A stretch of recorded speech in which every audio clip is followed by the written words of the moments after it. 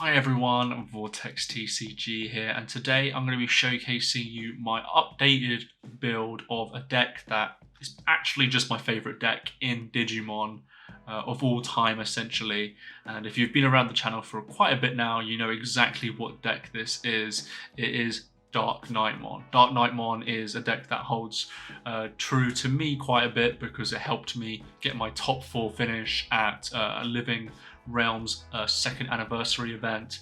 It also allowed me to get 9th place at an Ultimate Cup, and yeah, it is just my favorite deck because of the way it plays, the control aspect, but also the aggression it provides as well in certain areas. So the deck has changed quite a bit, especially with the introduction of the 3rd anniversary pack. This has provided a boost to DarkKnightmon, but also some other aspects as well. So I'm going to be going over the deck profile for you guys. If you're looking forward to this new build of Dark Knight, please do like and subscribe to the channel, and let me know in the comment section down below if you have any questions about the build or stuff like that, because I've pretty much answers to everything that I have going on in this build. So let's get straight into the deck profile. I'll discuss the new cards as we go along. So we're going to be starting off with the egg, and in this case it is going to be Pagumon. This is the one that reveals top card of your deck. If it's a black Digimon card, you can add it to your hand. If not, place it to the bottom of the deck. Like always, you need the search essentially, and there isn't really a good egg that just draws a card, unfortunately. So you play this one just because it is kind of just a pseudo draw for the deck, and your rookies aren't going to be around for long, so you're always going to get this effect going. So you play 4 Pagumon. Then we get into the rookies. So here we have 4 Monitormon from BT10. This is your level 3 search of the deck. Reveal the top 4 cards, add 2 cards that are black with Nightmon or Deadly Axemon in names, or Twilight in their traits, and then put the rest into the bottom of the deck. This searcher is very important for this deck because it is essentially the only searcher that you have in this deck, other than level 4 that we'll get to in a bit. Just being able to play this on turn 1 and turn 2 is very pivotal for your strategy, because you need to find resources in your hand, because the game plan requires you to find those pieces very quickly. Otherwise you'll probably lose the matchup. So you play 4 of this, it is the best rookie for the deck. Then we play 4 Chikurimon Security. This is the one that has on security, de-digivolve one of your opponent's Digimon. This is one of the cards that is staying in from the previous build that I showcased you. The reason why this is actually more powerful than it was before is because there are now ace cards in the format, and if you can de-digivolve an ace card, well, you've just gained free memory and you're going to be passing the turn back to you, and that is huge in this current meta. Just gaining the advantage that way is going to win you games, and when I've been testing this deck, it has definitely won me games on the spot, because they can't go for their swing turn, and then I'm able to go for my swing turn on the following turn. So you play 4 of the Chikurimon from BT6. So we also play 4 of the Dorumon. This is another security one. At the end of battle, reveal the top card of your deck. If that card is a black Digimon card with a play cost of 4 or less, you may play it without paying its memory cost, add any remaining cards to your hand, and then add this card to your hand. So as you're seeing from this level 3 lineup, it is all disruption or advantage for you, because that is the main way you kind of trick your opponent and gain advantage. You gain advantage from the unknown. Now obviously that is kind of meh for a lot of people, because obviously you'd rather get the advantage by playing the cards, but cards like the Chikuri and the Dorumon provide you a lot of advantage, and that is what this deck needs in this current game state.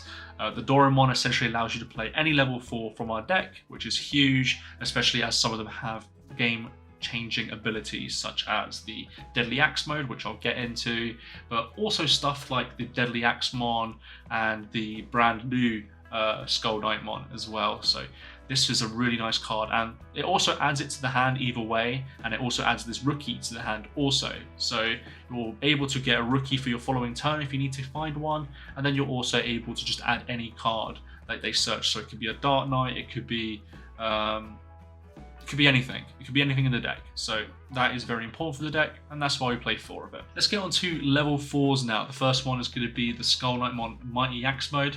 It's always treated itself as a Skull Knight and a Deadly Axemon. On play, reveal the top 3 cards of your deck, add 1 card with Knightmon in its name, or 1 Deadly Axemon / Nene Amano among them to your hand, and trash the rest. Then, if you're Digicrossing with 2 cards, you can delete one of your opponent's Digimon with a play cost of 4 or less. The Digicross requirements are a Deadly Axemon and a Skullknightmon. And yeah, this card is very, very powerful for the strategy.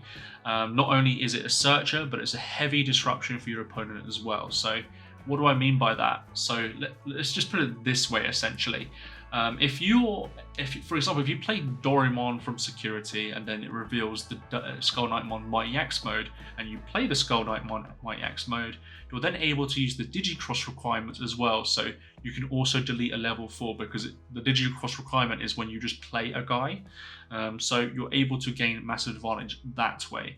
And that is very important as well, by the way, because they won't see it coming, and that is a huge advantage because it could be, you know, the rookie that they choose to swing with last, or any of those other things. That's very important for this deck. The Searcher is also very nice, but it also goes to the trash. That comes up a little bit later in the build, which I'll discuss when we get to the Tamers. But yeah, the trash isn't really that bad as it once was. Then let's go into Skullknightmon. This is the BT14. It has an interesting when attacking effect. By placing one of your Deadly Axemon at the bottom of this Digimon's Digievolution cards, you may Digivolve this Digimon into a DarkKnightmon in your hand without paying its memory cost. And then for its inherited, while this Digimon has Knightmon / Bagramon in its name, it gains Security Attack +1. So this might seem pretty slow, but actually it is incredible for the deck. Yeah, just being able to go into a level 5 for free is very important, but not only are you going into a level 5 for free, but you're also providing Security Attack +1 to that, and you're also providing essentially a free Digievolution card. So you get a draw 1, you get a swing, and then if your DarkKnightmon was to die, you can then play both out or only one, depending on which one you go into. So for that reason, this card is very, very strong. And it has been strong ever since it's been released. So in this version, I play 3. Most versions you want to play 4, but we'll get into the reason why we only play 3 of this in the build soon. We also play 4 Skullknightmon Cavalier mode, and you might be wondering, why am I playing 4 of this? Well, let me explain. Both the Mighty Axe mode and the Cavalier mode have a unique property where it can be treated as both a Skull Knight and a Deadly Axemon. This is very important because one of the issues this deck has is that if you have just ones that have Deadly Axemon or Skull Knightmon, there's going to be times where you brick and you're only going to be able to find Skull Knights, or you might be only finding Deadly Axes. These cards are very important to the strategy because they both count as each other, so you don't have much trouble finding them as much. So that's both the Mighty Axe mode and the Cavalier mode. So that's why we play 4 of it. It has an interesting effect as well, which I'll talk about now. If you're when this digivolves, it gains jamming and blocker, and then until the end of your opponent's turn. So we don't need the Tamer all the time in this situation, but also the jamming is very nice as well, because if you were to digivolve onto a Skullknightmon, for example, you're swinging 5k 2 checks, and that is huge in the early game because that means you only have to, you know, do a potential 1 swing in response. So that is quite huge. We then get on to the EX4 Deadly Axemon. There's a lot to say about this card. I'm not a huge fan of it, but it is a card that you kind of need to play in this build. I'll discuss why as we go along, but on play, trash 1 card with Blue Flare or Twilight in its hand, draw 2, and then on deletion, reveal the top card of your deck. If that card has Blue Flare or the Twilight trait, add it to the hand and trash the rest. Then it has an all turns effect of gaining 1k DP. So usually in my builds, I like to use the BT7 Deadly Axemon. However, at this point, you kind of are forced to play the EX4 version because it has one key thing that you really do need in this game, and it's the Twilight trait. It might not seem like a lot, but the Twilight trait means a whole lot, especially when it comes to the Tamer, because if you play the old DarkKnightmon, it doesn't have Twilight. So that means it can't be a blocker on your opponent's turn. So you're forced to play this card. The effect isn't as great. The Digi-Evolution cost is way more expensive. It has synergy with Blue Flare because it was part of the Grey Knightmon package that they were doing. But unfortunately, you have to play it because you need the blocker, essentially. So I play 3 of it. Sometimes the discard 1, draw 2 is quite nice, especially with the Tamer. But yeah, it is a necessary evil for the deck.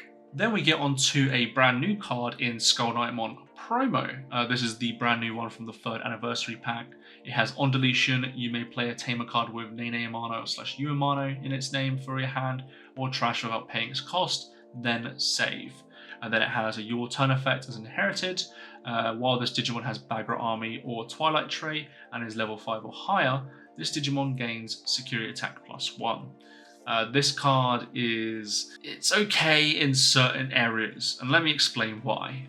Playing a Tamer for free is always great, and that is something that this deck has desperately needed for a while. There is one in EX4 that does a similar thing, but it's only a once per game effect essentially, and that doesn't feel very good. So this one helps us cheat a little bit, but it also has save, which works with a Tamer that we play with later. But for the most part, you're going to be playing this from your DarkKnightmon that dies. And that is the main reason why it gains a lot of advantage, in my opinion.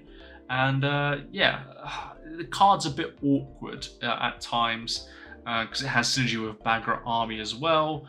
But it also does count as a Twilight itself, so that's at least a good thing here. I wouldn't play more than 2 of it because it does feel a bit out of place in this strategy, especially because the save effect kind of feels like something that you use in Bagra Army, but obviously playing the Nene for free is obviously something that is very beneficial to you. So I play it 2 currently in this version of the deck. Then we play our boss monster essentially. It is DarkKnightmon from BT10. This card is amazing at what it does. It de-digivolves 1 on play, and then if you are digi-crossing with 2 cards, you delete one of your opponent's Digimon with a play cost of 5 or less. Surprisingly, very effective in this format. If you're able to de-digivolve a level 6 and they have an ace, well, all the ace level 5s are currently 5 cost or less, so you're gaining a lot of memory back and gaining a lot of advantage from your turn essentially. So this card has actually become better as time has gone on. It also has Digicross requirements, same as the other one, which is Skull Knightmon and Deadly Xmon. It reduces by 2. So you'll be playing this for 4 cost, de-digivolving, and then hopefully deleting an ace and giving yourself free memory back. And that is very nice. So yeah, this is your main boss monster of the deck. It also has an all turns effect where if it were to be deleted, by returning one of your Digi-Evolution sources, you can play out one of your Digi-Evolution sources. So in the case, you'll be playing out one of your Skull Knightmons or Deadly Xmon without paying its memory cost, and it doesn't suspend. So that means if you're blocking with the DarkKnightmon, you can block, it brings out another one, and then it can block again. So there's scenarios where you can get up to 3 to 4 blockers in a given turn, and that makes it very, very hard for your opponents to swing for game. So don't underestimate this card. It is very, very strong, and for that reason, you have to play 4 of it in the deck. Similar to the previous one, it is the DarkKnightmon from BT7. This has an on-play effect of you may place a Skull Knightmon and or a Deadly Xmon from your hand or trash under this Digimon in its Digi-Evolution cards in any order. And then when this Digimon is deleted, you may play 1 Skull Knightmon and or Deadly Xmon from this Digi-Evolution cards suspended without paying their memory costs. This might seem very bad, but this is actually one of your main advantage cards that you can do, because if you're able to play out something, for example, the Skull Knightmon Mighty Axe mode, and then maybe the Deadly Xmon, well, you're getting really good searches because you're discarding 1 and drawing 2, and then you're looking at top 3 as well. So It is a huge advantage engine, but just the fact that you're able to, you know, gain more on-play effects for essentially free is very, very powerful.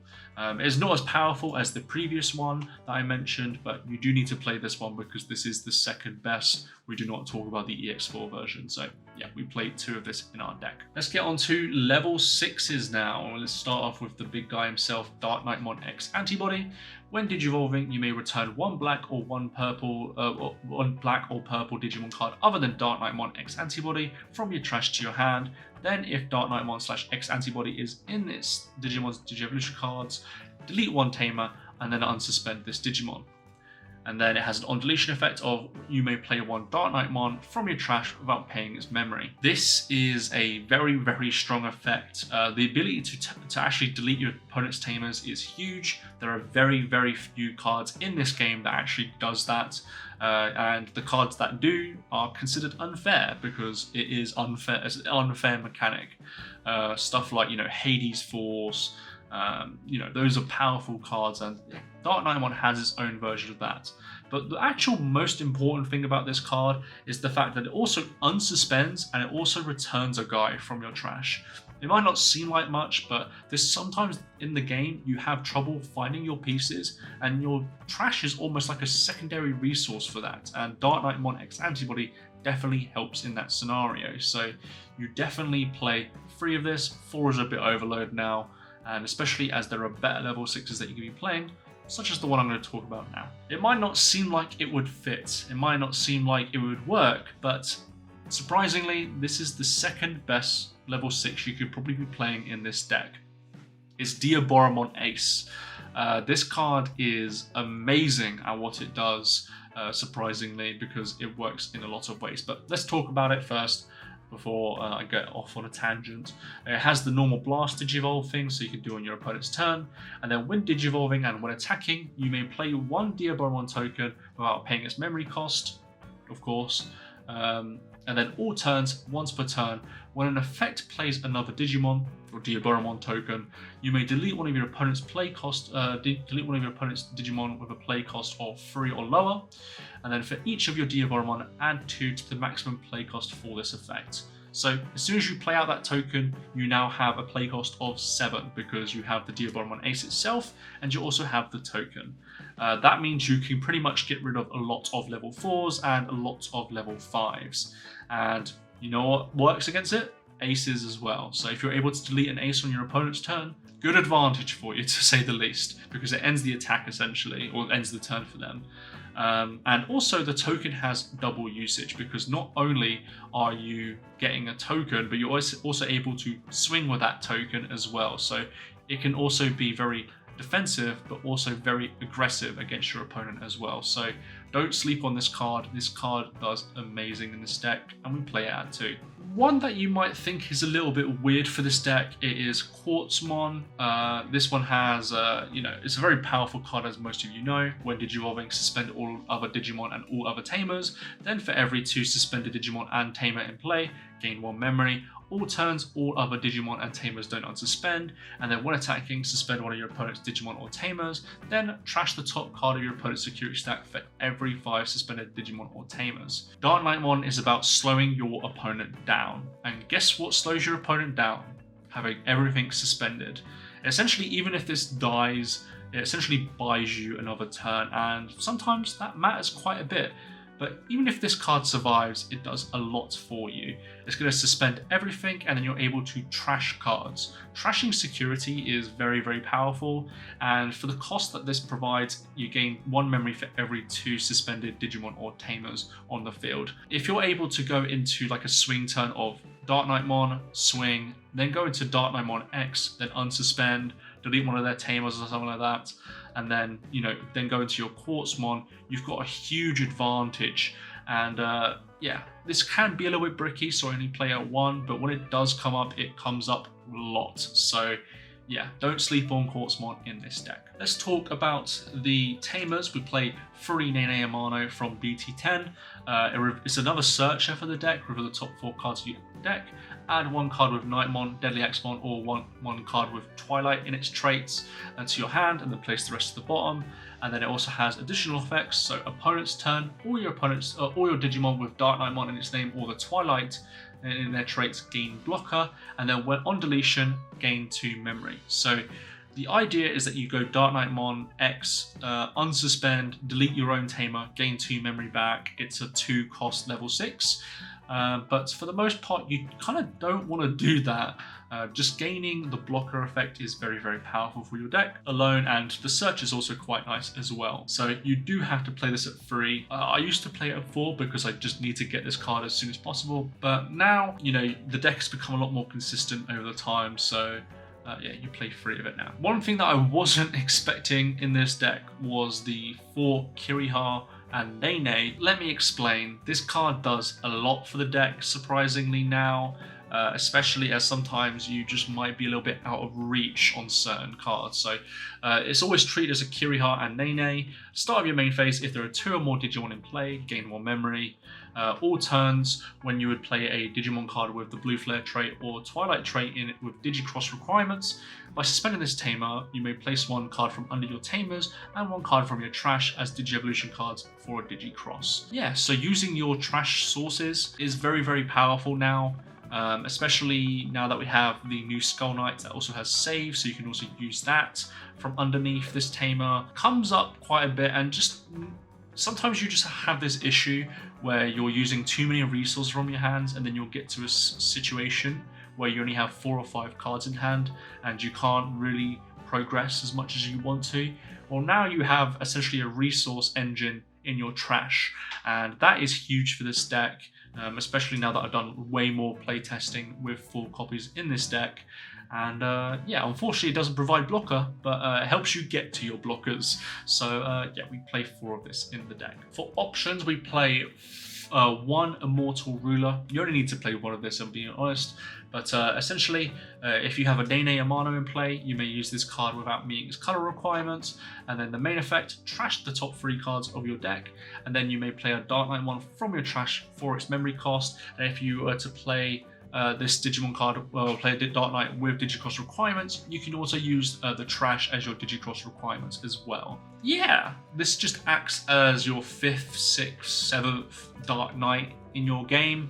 And getting access to that Dark Knight is very, very powerful. So we play 1 of it just to make sure that we can continue to use Dark Knight throughout the game. The last card is going to be DG Dimension. I didn't really like this card before, but I think now, if there was ever going to be a time where you play this card, it is going to be now.